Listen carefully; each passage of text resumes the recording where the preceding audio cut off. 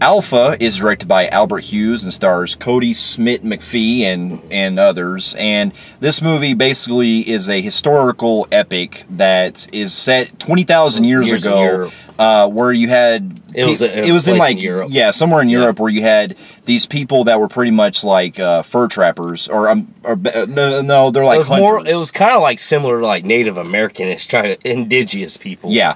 And basically, you have a father who's trying to take his son, who's played by Cody Smith McPhee, to go hunting and trying to survive, basically.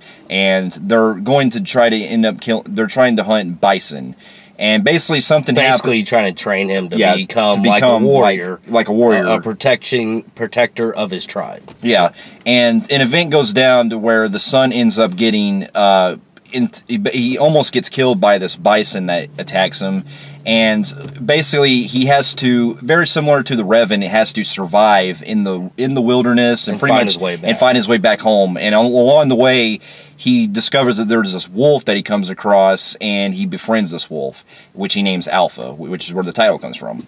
Now, here's some backstory. Now, for those of you who don't know, this film was directed by Albert Hughes, who actually brought us some of our classic movies from the 90s, Menace to Society. He also brought Book Eli and things like that. So the guy, if you've seen Book Eli, this is the same guy who likes to do those kind of like deserted type of like environments and stuff. And I actually find the guy pretty talented. And I was really looking forward to this because based on the trailers alone, like the whole like cinematography look and the whole survival type thing with the wolf and stuff, and the guy and the kid on his way home, that really got my attention because I remember going into seeing other movies last year when they first did the digital poster. I was like, man, that looked like something like Revenant. And what's crazy is that this film actually started production a couple years ago, and it got delayed so many times of its release date. Yeah, it was actually supposed to be a 2017 film because I remember in January that was supposed to be November of 2017. And then they pushed it back all the way until this year. Yeah. I'm guessing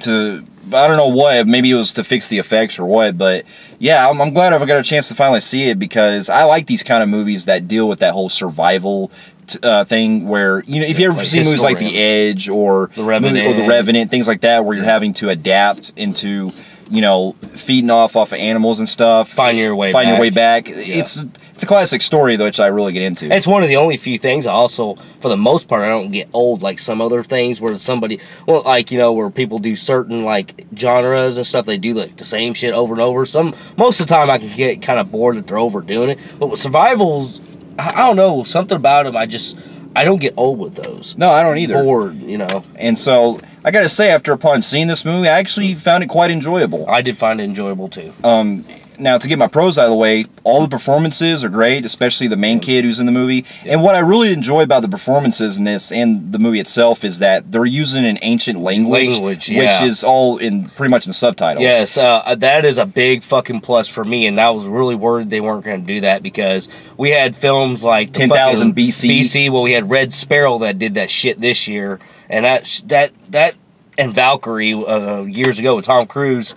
That shit like that, when they don't use like really authentic language, it just really kills the realism for the film. Because 10,000 BC was a film that used it to where they used English language, but they were mixing up other languages too. And that film, from what I remember, it was tonally weird because they couldn't stick to one language. Yeah. So this one, I was actually glad they stuck to that authentic language that I'm not sure what it is, but it's pretty much, I'm guessing it's a made-up language, but it's what you think in your head what could have existed back then. Yeah. And I like that they chose that. The other thing I really enjoyed about this movie the most was the cinematography. Oh my god, the cinematography was some of the... I mean, this was on Revenant level. Yeah, this cinematography of the landscape, the mountains, the snow, really brings the atmosphere in the theater because... There's times where, like, they were out in the snow and ice and stuff. I was actually cold. I was too, yeah. Yeah. And also, especially when you get other parts of the film where they're having to, like, go through, like, these big avalanches and stuff. Mm-hmm. It's like, the shit hits the fan. Yeah. And I did like how this kid went through hell and back. He did, definitely. Golly, this kid... It wasn't just like a straight, boom, boom, boom, boom, he's done. No, he went through some hell. I mean, from almost drowning in ice to pretty much getting like some kind of like I think he was getting pulmonary edema because he started coughing up blood from being out cold and being wet. You're getting hypothermia along with that too. And just he's going against all these other animals that try to kill him.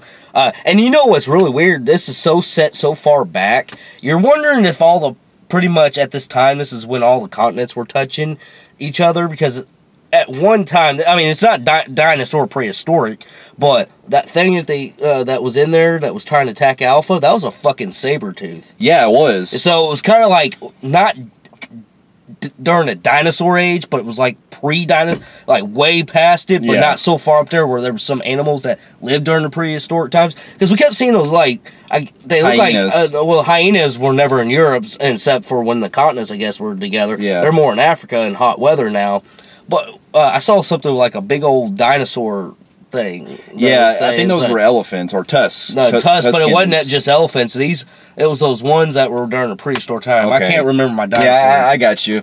But that was great too. But anyway, one of my other biggest strong points the most is the whole survival aspect with the like you were saying, the way he has to adapt, because this is a guy who's having to go through like eating animals like fish and even bugs at some points too, and he just does everything to survive. But one of my biggest praises the most is when we finally get to see him and the wolf like come together.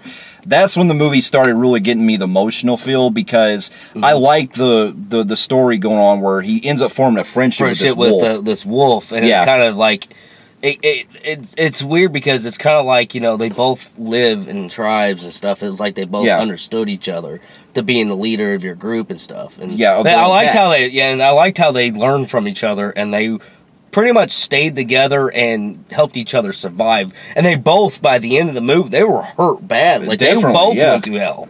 Yeah, it was quite touching at times too. And the other big thing I enjoyed was the way that the actual visual effects look on the creatures themselves. Yeah. I will say, like, for the wolf itself and some of the other wolves they use do look pretty good. I think they're CGI, but they look pretty good for the most part. Yeah. Now, getting some of our cons out of the way, I would say one of my things I do want to mention there, even though the cinematography was good, and like you said, that one wolf was pretty good, and then a couple other wolves, there were some really bad CGI in some parts. Like the example, the landscape is really good throughout the whole movie, but there was one particular part, the one with the waterfalls and all that stuff, it looks like a CGI background. Yeah, it does. It looks very green screened. Yeah, and then the baby wolves. Yeah, we'll leave it there, but basically there's a part that happens where you see baby wolves, and yeah, it looks like something you would see out of like a PS3 video game. Yeah, it was pretty low budget. Like the mixing with CGI and practical didn't really mix well. It was mostly practical looking and real landscapes. That worked, but whenever I guess they had to throw a little bit of reshoot CGI on some things, I don't think it rendered very well when they did that. Same with me, but if I had one other minor thing, I would say that even though the film, it is only about a little over an hour and a half, it did feel like it was slow a couple of times, because it felt like it did drag a little bit, but nothing like too terrible, just a couple times. Basically in the middle, like later in the film, it got better, but the beginning it's one of those films where something happens and then they go back in time and then they go back to that in the middle film.